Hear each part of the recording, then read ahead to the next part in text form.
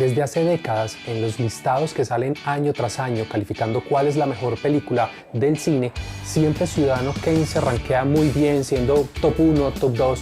y que alrededor de esa película justamente se han creado muchos mitos, leyendas de su creación, de todo lo que Orson Welles propuso y revolucionó la industria del cine para el momento y sigue causando un efecto de alguna manera en el cine de hoy. Y dentro de tantas leyendas entra Herman Mankiewicz a ser parte como de esos imaginarios, la disputa que tuvo con Orson Welles sobre quién recae realmente la autoría de esta gran película. Inspirado en este relato, David Fincher, uno de los mejores directores contemporáneos de Estados Unidos, trae la película Mank, estrenada a finales de 2020 y es el placebo film de la semana.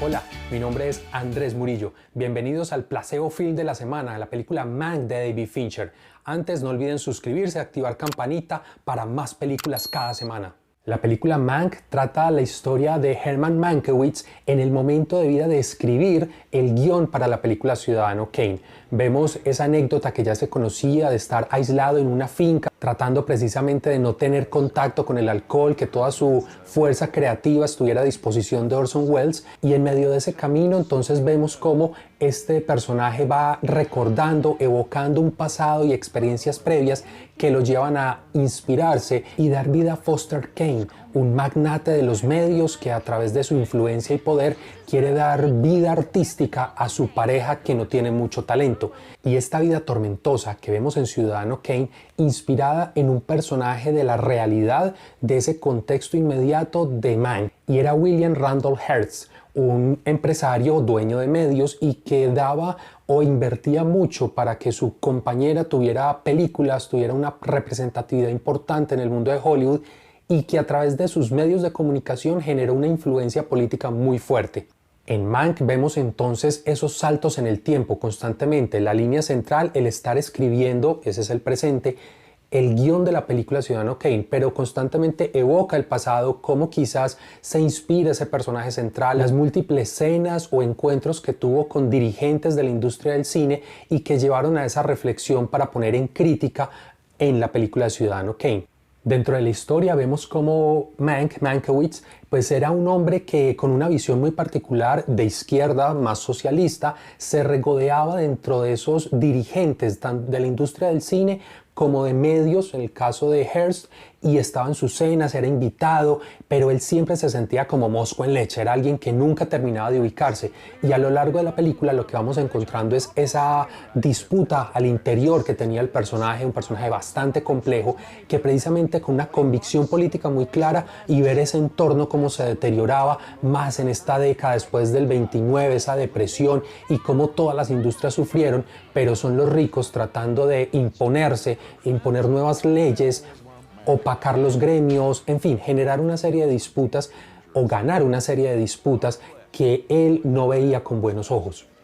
Entonces, esta película genera este gran interrogante. ¿Es necesario ver Ciudadano Kane para poder disfrutar de Mank? ¿Es realmente una película solo para cinéfilos por la cantidad de evocaciones, referencias, homenajes que se hacen al interior de Mank a ese cine clásico, en especial Ciudadano Kane?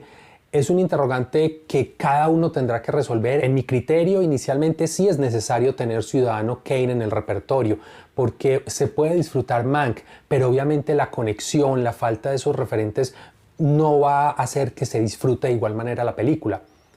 Asimismo, tener muy concretos ciertos datos de ese contexto de lo que era Hollywood en los años 30, lo que sucedía en el mundo del cine, el nacimiento del Star System y esa consolidación de los grandes estudios como esas grandes industrias del séptimo arte y que terminarían marcando la diferencia para el mundo cinematográfico. Entonces comencemos a desglosar un poco Mank para ver qué sucede en su interior.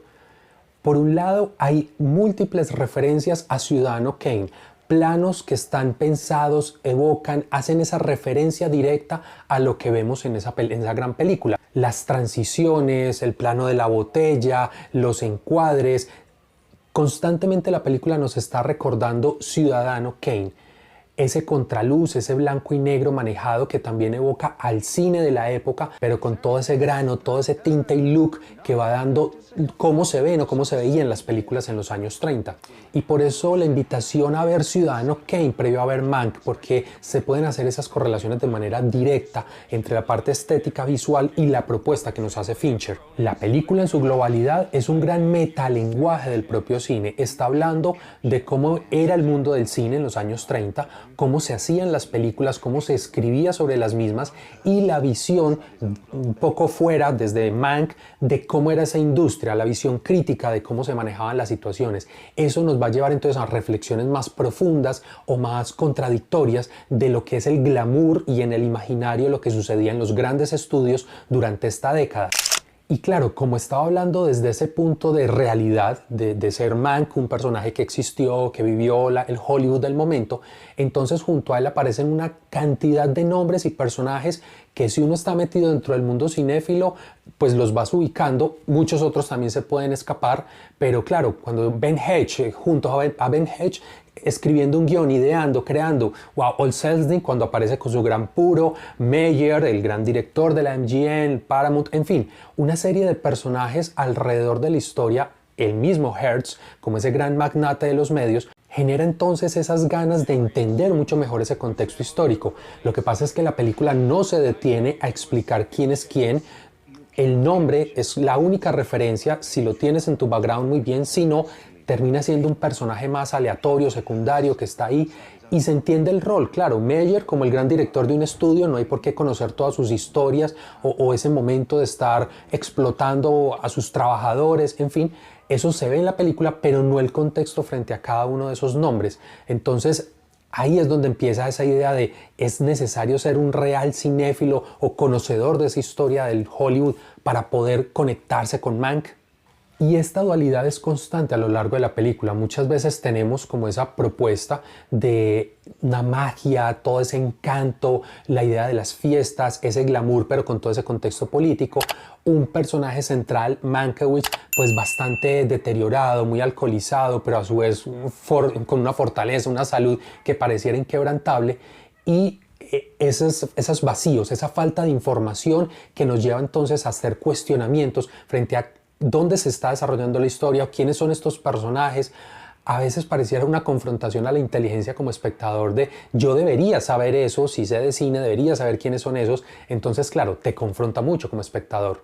Sin embargo, la visión de Fincher detrás de todo este tinglado es muy interesante y es quizás uno de los puntos más altos que tiene la película, porque incluso la historia no es de dónde surge o cómo se escribe el guión, son esos flashbacks, esos momentos del pasado de Mank que van trayendo y van hilando situaciones, y detrás está la visión de Fincher en la idea de cómo era ese Hollywood y que no dista quizás mucho de una realidad hoy. Cómo esos grandes empresarios tenían el poder, ejercían ese poder para posicionar un político, y cómo los gremios, que en ese momento todavía no estaban consolidados, eran una necesidad, pues los trabajadores estaban siendo esclavizados, explotados por estos grandes estudios. Entonces lo vemos en cada uno de los personajes, cómo está sufriendo la pobreza, esa depresión, el contrato que tenían, la manera como les negociaban el salario, en fin, distintas situaciones que nos van mostrando esa posición crítica de Fincher detrás de la historia. Y el guiño mayor o esa perspicacia para entender ese giro lo dan a través de una visionada de una película, y hacen una referencia a una película que no queda muy claro, pero es la de Leni Riefenstahl, El triunfo de la voluntad, y cómo este documental estaba mostrando el poderío que tiene el cine para transmitir un mensaje y convertirse en un cine ideológico, cómo el cine es una herramienta para alienar a las masas. Y en medio de unas discusiones picantes, como digo, es un título que queda por ahí referenciado,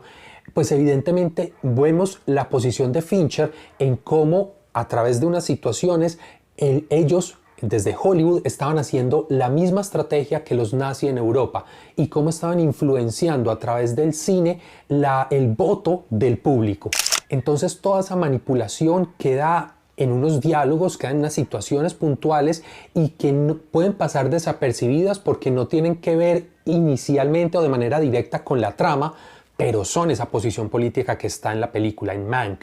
Y ojo, no se pierdan esa metáfora del mono y el organillero, es fantástico. Y por supuesto tenemos a nuestro personaje central,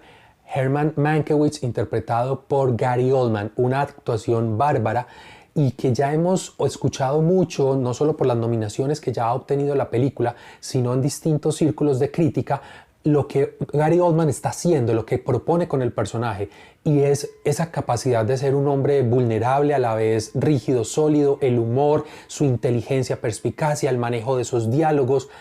su constante alcoholismo, esas borracheras en distintos grados de intensidad y distintos grados de meter la pata, esa complicidad que tiene con la esposa. Vemos un personaje bastante denso y que, a pesar de su frescura o la manera tranquila como nos lo muestra Gary Oldman, también logramos ver esa profundidad y los conflictos que tiene este personaje.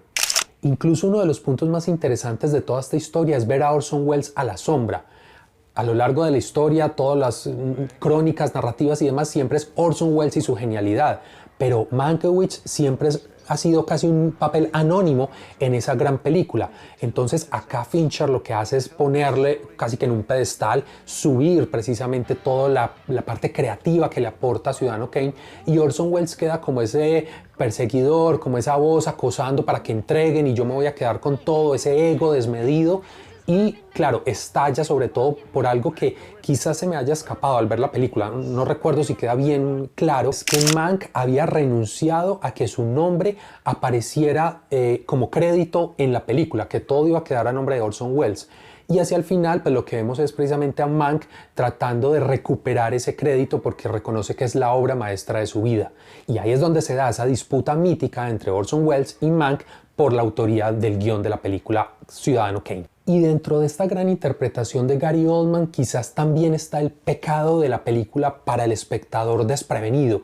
o que no tenga tanto contexto histórico del cine. Y es que no vemos ese arco dramático prototipo de una película de Hollywood. No estamos viendo un hombre en acción-reacción constantemente sufriendo con un objetivo por alcanzar y subiendo en escala dramática. No, vemos un personaje muy denso, pero que está caminando a su paso, que vemos esas confrontaciones y posiblemente el desparpajo con el que está manejando situaciones muy álgidas de fondo, pero quizás no logra conectar profundamente con el espectador, esa empatía que se requiere con el personaje central, precisamente porque no es el héroe prototipo, tampoco está en una redención, simplemente vemos a un humano con sus demonios, esa canalización todo a través del alcohol y los excesos, y es a partir de ahí donde uno puede conectar más o menos, pero no es una propuesta de entrada de la película, es un espejo, una parte de una visión de este personaje Mank y lo que el espectador quiera tomar y cosas que lo enganchen. Por eso, para algunos es que la película puede alejarse o puede caer en un aburrimiento, el no entender esos vacíos o faltas de tantos referentes históricos. Lo que da es que sea una película que requiere mucho del espectador en cuanto a ese background y conocimiento. Y aunque se sostenga y aunque sea una película sólida como historia y que cualquier espectador la puede ver, para poder disfrutar y poder tener esas conexiones que alegran el corazón de saber qué estamos viendo, pues se hace necesario ese conocimiento previo. En conclusión, Mank, del director David Fincher, es una invitación a conocer mucho más del cine clásico, es una invitación a conocer más allá del glamour que nos proponen esos imaginarios y recuerdos, es provocadora para el espectador promedio, y para los que tienen más pasitos y más conocimientos es una delicia, es simplemente conectar datos, tener esas anécdotas, referencias a películas, a ese momento, a personajes claves dentro del desarrollo del Star System, de ese momento de los grandes estudios, y eso termina siendo magia dentro de la pantalla. Una lástima no poder ver esta película realmente en una gran pantalla. Y sin ser muy aficionado a David Fincher, le reconozco que esta es una grandísima película. Su dirección de actores, su puesta en escena, la fotografía, cada uno de los elementos, incluso ese montaje, el estar saltando constantemente en la línea del tiempo, es grande. Es una muy buena película, se distancia muchísimo de películas que nos tiene acostumbrados desde Seven, El Club de la Pelea, el caso de Benjamin Button, más reciente Gone. Una serie de películas mucho más de adrenalina, de eso que es involucrarse dentro de un thriller, que él venía incluso cuando hizo la serie de televisión y que también lo absorbió mucho y lo aisló del mundo del cine, pues aquí cambia radicalmente el tercio y ese termina siendo el primer crédito oficial para su padre Jack Fincher como guionista, su primera película. Aunque él ya murió hace unos años, en 2003, este guión estaba ahí en remojo, guardado, esperando este momento, y también termina siendo esa vocación íntima de homenaje a su padre. Aquí el director está mostrando todo su conocimiento, toda su sabiduría alrededor del mundo del cine, no solo como datos históricos, sino en puesta en escena, en cómo se traduce eso en una historia, en una imagen en movimiento, y saber poner cada uno de sus personajes en su punto, en esas contradicciones, en ese toma y dame, y obviamente articulando, como decía, todas esas leyendas y mitos alrededor de la gran obra Ciudadano Kane. Este fue el Placebo Film de la semana. No olviden suscribirse, activar campanita y estaremos por acá viéndonos con nuestra próxima película.